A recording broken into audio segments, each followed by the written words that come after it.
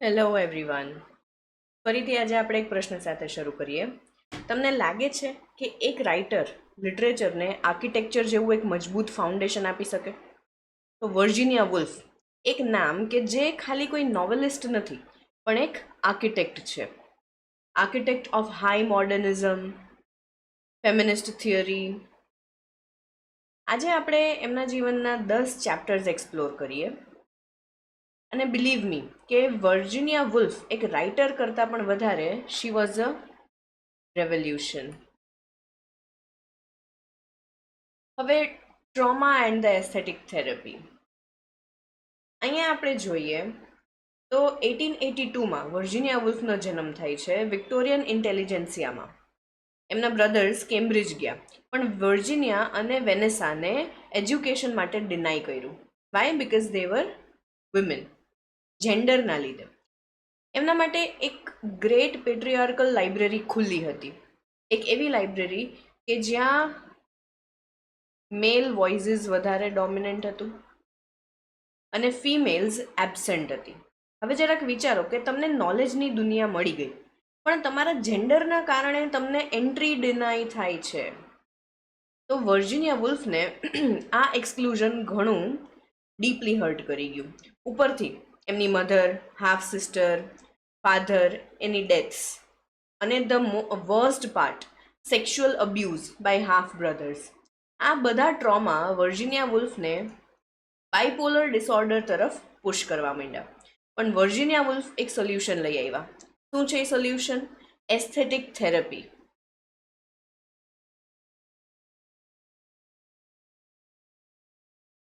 લેખન એટલે કે રાઇટિંગ જે છે એ વર્જિનિયા વુલ્ફ માટે શું બની ગયું? મેડિસિન, દવા, થેરપી. વર્જિનિયા વુલ્ફના વર્ડ્સમાં writing resurrected her mother and Victorian ghosts were laid to rest. બરાબર. હવે આપણે આગળ વધતા જોઈએ કે વિક્ટોરિયન એરા એમાં the Victorian paradigm, the radical laboratory. બરાબર. વિક્ટોરિયન એરામાં એક આઈડિયલ ફેમસ હતું. કયું આઈડિયલ ફેમસ હતું? Angel in the house. એક વુમન કેવી હોવી જોઈએ? એક woman pious, self sacrificing, silent. તો વુલ્ફનું ઇમ્પેરેટિવ કેવું છે? વર્જિનિયા વુલ્ફ શું કહેવા માંગે છે? Kill the Angel in the house. બરાબર. પછી આપણે જોઈએ ધ બ્લૂમ્સબેરી ગ્રુપ લેબોરેટરી. બરાબર. એક ગ્રુપ છે પણ એક લેબોરેટરી બની ગયું. ગોર્ડન સ્ક્વેરમાં રિલોકેટ કરીને જીઈ મૂરની ફિલોસોફીને અડોપ્ટ કરી. કોણે? વર્જિનિયા વુલ્ફે. Ethos, rejection of the bourgeois habits. અહીંયા તમે જુઓ, the rejection of the bourgeois habits. બરાબર. ફ્લુઇડ સેક્સ્યુઆલિટી, પેસિફિઝમ, આ બધું એમાં એને મળે છે. સો તમને લાગે છે કે ક્રિએટિવિટી ખાલી ને ખાલી રિજિડ રૂલ્સમાં સર્વાઈવ કરે છે? તો વર્જિનિયા વુલ્ફ એવું કહે છે કે creativity thrives only in rebellion.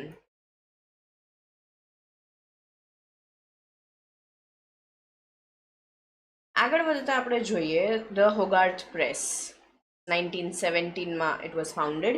લિયોનાર્ડ Woolf initially press establish આ પ્રેસ જે છે હોગાર્થ પ્રેસ એસ્ટાબ્લિશ કર્યું as a therapy for Virginia Woolf. પણ હોગાર્થ પ્રેસ જે છે એ વર્જિનિયા વુલ્ફની ફ્રીડમનું એક એન્જિન બની ગયું. કઈ રીતે? પેટ્રિયાર્કલ પબ્લિશર્સ બાયપાસ થયા, ટાઈપ સેટિંગથી language as a physical object બની ગઈ. Hogarth press published T S Eliot's wasteland, Sigmund Freud's translations. તો એક પ્રેસ કે which was meant for healing, બરાબર, થેરપી માટે બન્યું હતું. તો વર્જિનિયા વુલ્ફને મોડર્નિઝમમાં સેન્ટરમાં મૂકીને ગયું. It was made for healing. અને એનાથી શું થયું? રેવોલ્યુશન આવી ગયું. It turned out to be a revolution. બરાબર. હવે આપણે જોઈએ 3 માસ્ટરપીસીસ કે જે વર્જિનિયા વુલ્ફની આઈડેન્ટિટી બનાવી ગયા. કયા કયા? Mrs Dalloway, to the lighthouse, the waves. બરાબર, તમારે આના યર્સ જે છે એ યાદ રાખવાના છે, ક્રોનોલોજીકલી યાદ રાખો તો વધારે સારું.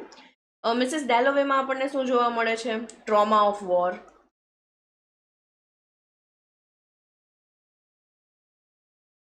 પછી ક્રિટિક ઓફ સાયકાયટ્રી,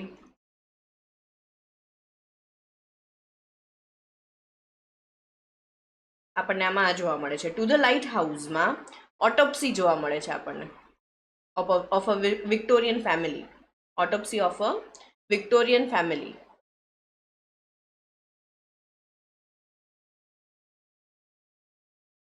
ધ વેવ્સ જે છે એમાં ડિઝોલ્યુશન ઓફ ઈગો અને કલેક્ટિવ કોન્શિયસનેસ.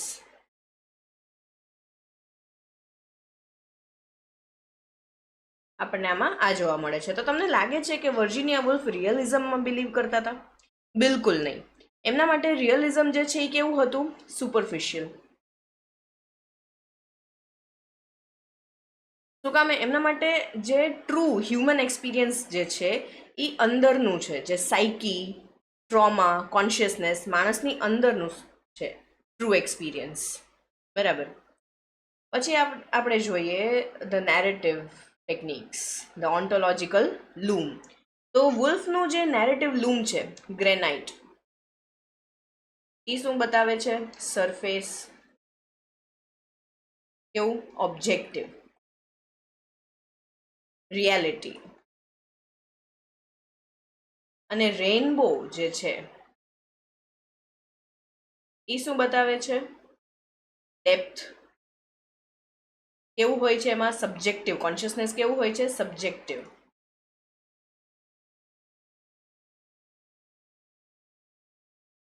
હવે પછી એમાં આવે છે અલગ અલગ જે ટેકનિક્સ છે, કઈ કઈ? તો stream of consciousness, free indirect discourse, tunnelling. અહીંયા હું તમને મેન્શન પણ કરી દઉં છું. સ્ટ્રીમ ઓફ કોન્શિયસનેસ, ટનલિંગ અને ફ્રી ઇનડાયરેક્ટ ડિસ્કોર્સ. બરાબર. એના જે કેરેક્ટર્સ હતા, વર્જિનિયા વુલ્ફના કેરેક્ટર્સ હતા, એ સુપરફિશિયલ એક્શન્સને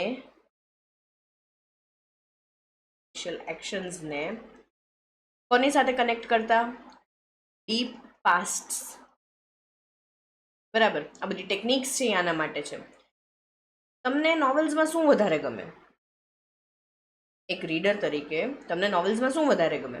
સરફેસ એક્શન કે અંદરનું જે માણસની જે સાયકી છે એ વધારે ગમે? જવાબ દેજો કોમેન્ટ્સમાં. આગળ વધતા આપણે જોઈએ એક આઇકોનિક લાઈન. શું છે iconic line? A woman must have money and a room of her own if she is to write fiction. બરાબર. હવે અહીંયા એક કેરેક્ટર આવે છે રૂમ ઓફ વન્સ ઓનમાં, જુડિથ શેક્સપિયર. કોણ હોય છે? એક hypothetical sister of Shakespeare, William શેક્સપિયરની હાઇપોથેટિકલ ઇમેજિનરી સિસ્ટર, કે જેને એજ્યુકેશન માટે ડિનાય કરી દેવામાં આવે છે, સ્યુસાઇડ કરે છે. તો અહીંયા women as mirrors who are reflecting men double their size. તો વુલ્ફ ડિમાન્ડ કરે છે, શું ડિમાન્ડ કરે છે અહીંયા? Female literary lineage. બરાબર.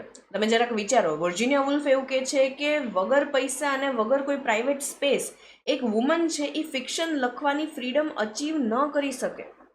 Isn't that steel relevant today? આજે પણ આ વસ્તુ એટલી જ રેલેવન્ટ છે. હવે આપણે આવીએ 3 ગિનીઝ, 1938. આ બધા યર્સ તમારે યાદ રાખવા જોઈએ. હવે વર્લ્ડ વોર 2 જ્યારે અપ્રોચ કરી રહ્યું હતું ત્યારે વર્જિનિયા વુલ્ફ રોટ 3 ગિનીઝ. બરાબર. It was written under the shadow of approaching war. બરાબર. હવે 3 ગિનીઝ જે છે પ્રાઇવેટ પેટ્રિયાર્કીથી ક્યાં જાય છે? પબ્લિક ફેશિઝમ. આનું કી કોન્સેપ્ટ છે એ શું છે? તો કે આઉટસાઇડર્સ society, women refusing the patriotic rituals.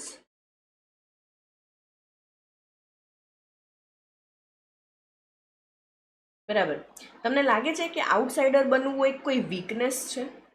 તો વર્જિનિયા વુલ્ફ એના માટે કહે છે કે આઉટસાઇડર બનવું એ શું છે, એક રેઝિસ્ટન્સ છે. બરાબર. હવે આપણે જોઈએ ઓર્લેન્ડો 1928. બને ત્યાં સુધી તમે તમારી રીતે ક્રોનોલોજી છે એ બનાવો, જેથી કરીને તમને બધા યર્સ છે એ યાદ રહેશે. ઓર્લેન્ડો શું છે, love letter to Vita Sackville West. Orlando જે છે એ જેન્ડર ફ્લુઇડિટી એક્સપ્લોર કરે છે. બરાબર. હવે ડાઉનવર્ડ એરો જે છે, આ બધા જે ડાઉનવર્ડ એરોઝ જે આપણને અહીંયા દેખાય છે એ શું બતાવે છે આપણને? Society forcing the rigid gender Rolls. Society forcing rigid gender Rolls. અને જે આ અપવર્ડ એરોઝ છે એ શું બતાવે છે? એન્ડ્રોજીનિયસ માઇન્ડ,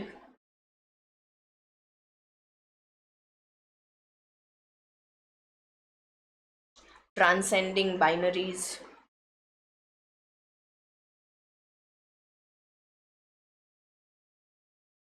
બરાબર.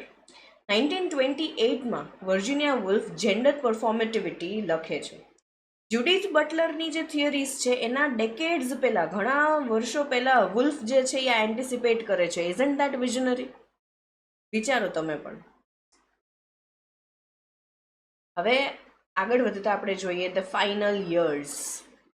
વર્લ્ડ વોર 2માં બ્લિટ્સ એને શું કર્યું? વર્જિનિયા વુલ્ફના ઘરને ડિસ્ટ્રોય કરી ગયું. બાયપોલર બ્રેકડાઉન્સ રિટર્ન થાય છે, એટલે ફરીથી એને એ વસ્તુમાંથી પસાર થવું પડે છે.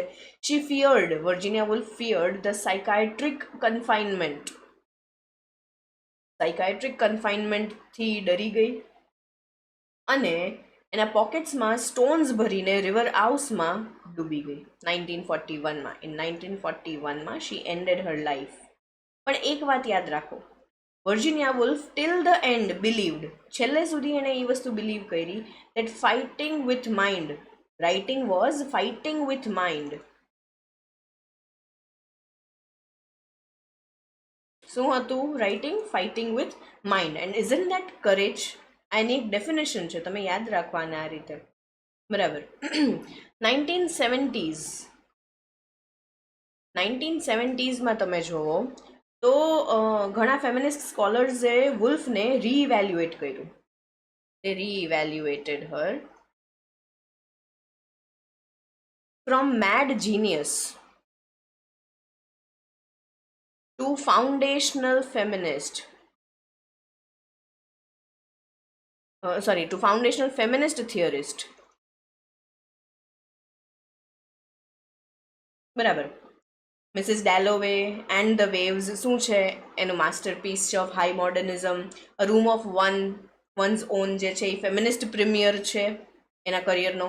ઓર્લેન્ડો જે છે એ ક્વીર કોર્નર સ્ટોન છે. બરાબર. તો હવે એક ફાઇનલ ટેક હવે આપણે જોઈએ અહીંયા કે આપણને શું સમજવા મળ્યું કે Virginia Woolf dismantled the man's sentence. She dismantled the man's sentence, permanently altering the English literature. બરાબર. તો વર્જિનિયા વુલ્ફ એક રાઇટર જ નથી, શું છે? એ એક રેવોલ્યુશન. એમના જીવન, એનો ટ્રોમા, એનું રાઇટિંગ બધું જે છે એ લિટરેચરને એક નવું આર્કિટેક્ચર આપી ગયું છે.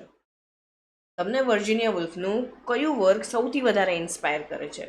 કોમેન્ટ્સમાં તમે નીચે શેર કરજો. અને જો આ લેક્ચર તમને ઇન્સ્પાયર કરતું હોય તો please like, share and subscribe.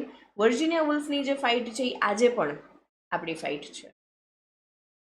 Thank you so much.